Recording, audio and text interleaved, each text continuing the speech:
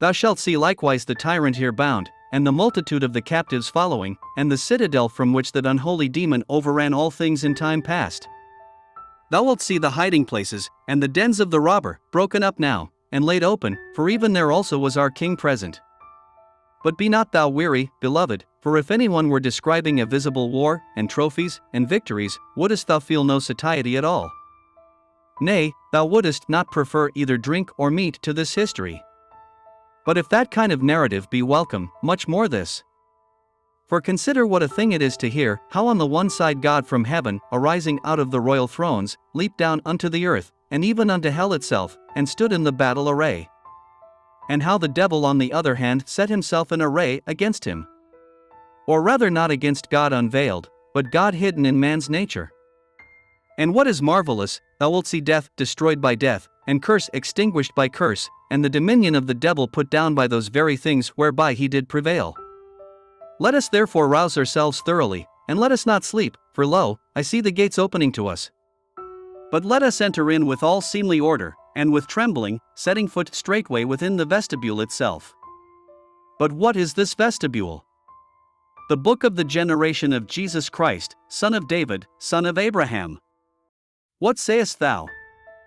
Didst thou not promise to discourse of the only begotten Son of God, and dost thou make mention of David, a man born after 1,000 generations, and say that he is both father and ancestor?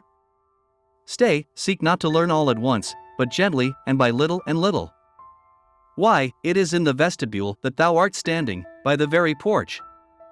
Why then dost thou hasten towards the inner shrine? As yet thou hast not well marked all without.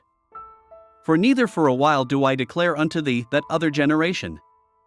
Or rather not even this which cometh after, for it is unutterable and unspeakable. And before me the prophet Esaias hath told thee this. Where when proclaiming his passion, and his great care for the world, and admiring who he was, and what he became, and whither he descended, he cried out loud and clear, saying thus, Who shall declare his generation? It is not then of that we are now to speak, but of this beneath, this which took place on earth, which was amongst 10,000 witnesses. And concerning this again we will relate in such wise as it may be possible for us, having received the grace of the Spirit.